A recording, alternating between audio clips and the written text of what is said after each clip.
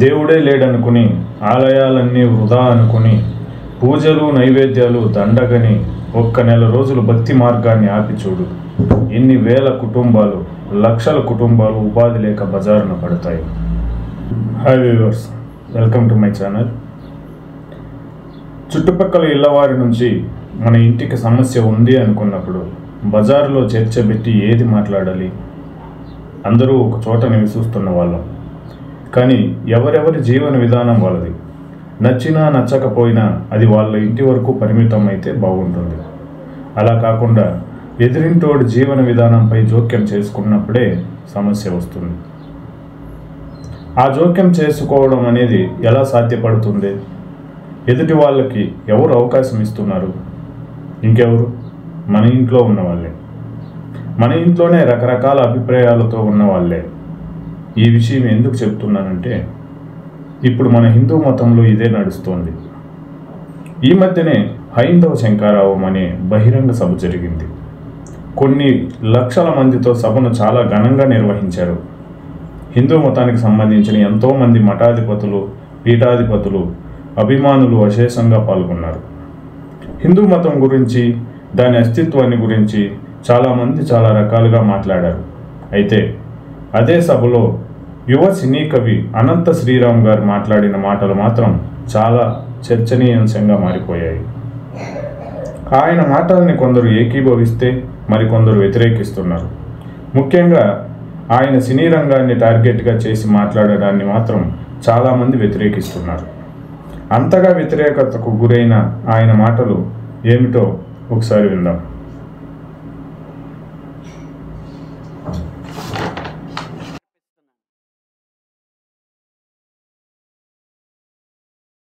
సినిమాల్లో హైందవ ధర్మం మీద దాడి ఎలా జరుగుతుంది, హైందవ ధర్మ హననం ఎలా జరుగుతుంది అనేది ఒక 3 కోణాల్లో 3-4 ఉదాహరణలో క్లుప్తంగా విభజించి వివరించే ప్రయత్నం చేస్తాను.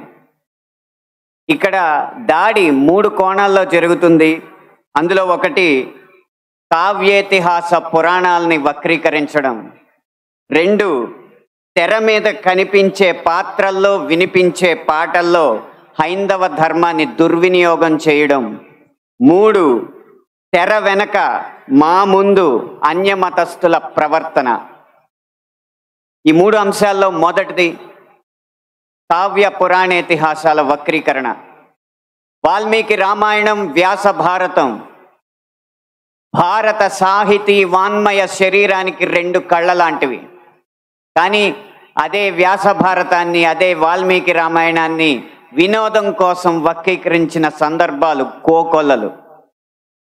గత కొన్ని సంవత్సరాల ముందు వచ్చిన చిత్రాల నుంచి నిన్న మొన్న విడుదలైన కల్కి చిత్రం వరకు కూడా కర్ణుడికి పాత్రకి అనవసరంగా ఆపాదించిన గొప్పతనాన్ని చూసి ఒక సినిమా రంగానికి చెందిన వ్యక్తిగా నేను సిగ్గుపడుతున్నాను, నిర్మోహమాటంగా చెప్తున్నాను.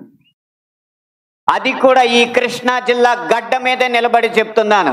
అప్పటి చిత్ర దర్శకులు, ఇప్పటి చిత్ర నిర్మాతలు ఇదే జిల్లా వారికి చెందిన వారైనా సరే పొరపాటు అని మనం చెప్పకపోతే ఈ హైందవ ధర్మంలో పుట్టినట్టు కాదు, ఈ హైందవ ధర్మాన్ని ఆచరించినట్టు కాదు, హిందువుగా ప్రకటించుకోవడం వ్యర్థం అని చెప్పి ఘంటాపథంగా తెలియజేస్తున్నాను.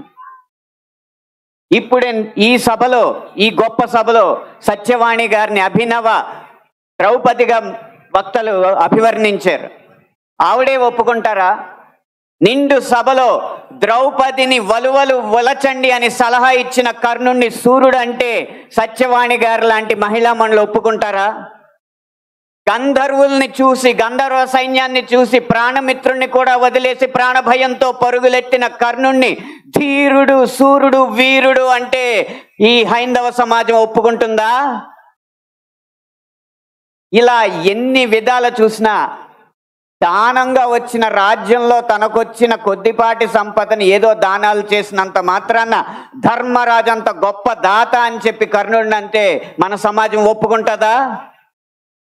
నిన్న మొన్న వచ్చిన కల్కి సినిమాలో అగ్నిదేవుడు ఇచ్చిన ధనస్సును పట్టిన అర్జునుడి కంటే సూర్యుడు ఇచ్చిన ధనస్సు పట్టిన కర్ణుడు వీరుడు అని చెప్తుంటే యుద్ధంలో నెగ్గేది ధనుస్సా ధర్మమా అని ప్రశ్నించకుండా మనం ఊరుకుంటామా?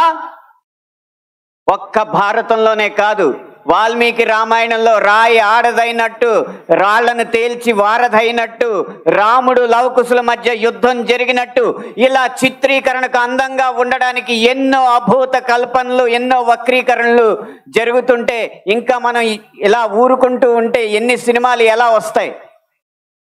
ఒక్క వక్రీకరణే కాదు, చిత్రీకరణలో, గీతాలాపనలో ఎన్ని రకాల హననాలు జరిగినాయో మనం గమనిస్తూ ఉండాలి. విన్నారుగా, ఈ దేశం ఎంతో భావ ప్రకటన స్వాతంత్రం కలిగిన దేశం. ఎవరికి ఇష్టం వచ్చినట్లు వాళ్ళు మాట్లాడుతుంటారు. అయితే మాట్లాడే ముందు దాని పరిణామం ఎంతవరకు దారితీస్తుందనేది ఒకసారి ఆలోచించుకొని మాట్లాడితే బాగుంటుంది. మాట్లాడే వాళ్ళ భావోద్వేగాలు వినే వాళ్ళకి సమంజసంగా అనిపించాలి. ఇక్కడ అనంత శ్రీరామ్ గారు కొంచెం ఆలోచించుకొని మాట్లాడాల్సిందని నాకు కూడా అనిపించింది. ఎందుకంటే ఇక్కడ మన సంసారాలని ఎవరో కూల్చడం కాదు, మనమే కూల్చే వాళ్ళకి అవకాశం ఇస్తున్నామేమో అని నాకు అనిపిస్తుంది. కర్ణుడిపై అనంత శ్రీరామ్ గారి అభిప్రాయం పక్కన పెడితే అది ఆ సభలో చర్చించాల్సిన విషయం అయితే కాదు అని నా అభిప్రాయం. ఎలాగంటే, మొదట్లో నేను చెప్పినట్లు బహిరంగ సభ పెట్టి మన అంతర్గత విషయాలను, లోపాలుగా భావించే అంశాలను చర్చకు పెడితే ఎదుటి వాళ్ళకి ఇంకా అలిసైపోయే ప్రమాదం ఉంది కదా. వాళ్ళ చేతికి మరిన్ని ఆయుధాలు మనకు మనముగా ఇచ్చినట్లే అవుతుంది కదా. మన ఇంట్లో సమస్య ఉంటే, మన ఇంట్లో వాళ్ళ అభిప్రాయాల్లో తేడా ఉంటే అది మన ఇంటి పరిధిలో పరిష్కరించుకోవాలి కానీ, అలాగే చర్చించుకోవాలి కానీ బజారులో పెట్టడం అనేది సమంజసం కాదు. ఇకపోతే మన హిందూ ధర్మం ముఖ్యంగా నష్టపోతున్నది హిందూ ధర్మంలోనే పుట్టి పెరిగి నాస్తికులుగా చలామణి అవుతూ కొంతమంది చేస్తున్న చర్యలే అని నాకు అనిపిస్తుంది. భక్తి అనేది మానసిక భావన. అది ఎవరిని ఏ స్థాయిలో ప్రభావితం చేస్తుందనేది వారి వారి మానసిక స్థాయిని బట్టి ఉంటుంది. ఉదాహరణకు, ఒక ఆలయం ఉందనుకుందాం. ఆ ఆలయానికి రకరకాల అవసరాల నిమిత్తం వెళ్తుంటారు. భక్తుడిగా వెళ్ళే వాని ఆలోచన స్థాయి, మానసిక ప్రపంచం ఒక రకంగా ఉంటుంది. అక్కడ విధులు నిర్వహించడానికి వెళ్ళే వాని మానసిక స్థితి ఒక రకంగా ఉంటుంది. ఏదో శోధించాలి అని వెళ్ళే వాని మానసిక పరిస్థితి మరొకలాగా ఉంటుంది. అలాగే అక్కడ ఏదో కొల్లగొట్టాలి అని వెళ్ళేవాడి మానసిక స్థాయి ఇంకోలాగా ఉంటుంది. గుడి ఒక్కటే, గమనం ఒక్కటే, కానీ వాళ్ళు అనుభవించే మానసిక స్థితి వేరువేరుగా ఉంటుంది. ఏ మత గ్రంథాల్లోనైనా తప్పొప్పులు ఉండొచ్చు, కానీ అది ఆ మతాచారాలని పాటించే వాళ్ళ నమ్మకానికి సంబంధించిన విషయం. మంచి చెడు అనేది విశ్వమంతా వ్యాపించి ఉంటుంది. మనకు ఏది అవసరమో అది తీసుకోవాలి. మన చుట్టూ ఉన్న గాలిలోనే కలుషితం ఉంది, కానీ మన ప్రాణం నిలుపుకోవడానికి ఏది అవసరమో, ఎంత అవసరమో తీసుకుని వదిలేసే వ్యవస్థ మన శరీరంలోనే ఉంది కదా. అలాంటప్పుడు మన చుట్టూ ఉన్న సమాజంలో కానీ, విశ్వాసాల్లో కానీ మంచిని తీసుకొని చెడును వదిలేసే వ్యవస్థను మనం మన ఆలోచనల ద్వారా ఎందుకో కలిగించుకోలేము. ముఖ్యంగా నాస్తికవాదులకు నేను చెప్పేదేమంటే, మరీ ముఖ్యంగా విన్నవించుకునేదేమంటే, భక్తి మార్గం అనేది చాలామందికి ప్రశాంతతని పొందడానికి ఆశ్రయం లాంటిది. ఎవరి నమ్మకాలు వారివి, ఎవరి దారులు వారివి. అందులో మూఢత్వం ఉంటే ప్రశ్నించండి, తప్పులేదు. కానీ భక్తి అనేది మన జీవన మార్గం. నేను ఏ గ్రంథాలు, పురాణాలు, ఇతిహాసాలు పని కట్టుకొని చదవలేదు. కానీ నాకు అనిపించేది ఏమిటంటే, రే ఇది చెయ్యరా, అది చెయ్యరా, అది చేస్తే మంచిదిరా అని ఎవరైనా మన శ్రేయస్సు కోరే పెద్దలు చెబితే ఎలా ఉంటుందో ఏ మత గ్రంథమైనా చెప్పేది అలాంటిదేనని నా అభిప్రాయం. మానవ మనుగడలో భాగంగా ఎన్నో గమ్యాలని ఆశ్రయించాల్సి ఉంటుంది. గమ్యాన్ని చేరే క్రమంలో దారి అంటూ ఒకటి అవసరం. ఆ దారిలో రాళ్ళు ఉండొచ్చు, ముళ్ళు ఉండొచ్చు. మన గమనం అలాగే కొనసాగితే అది పూలదారిగా మారిపోవచ్చు.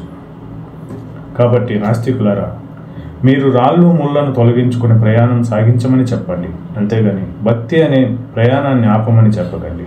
దేవుడే లేడని చెప్పటం ద్వారా మీరు ఆ ప్రయత్నం చేస్తున్నారని నాకు అనిపిస్తుంది.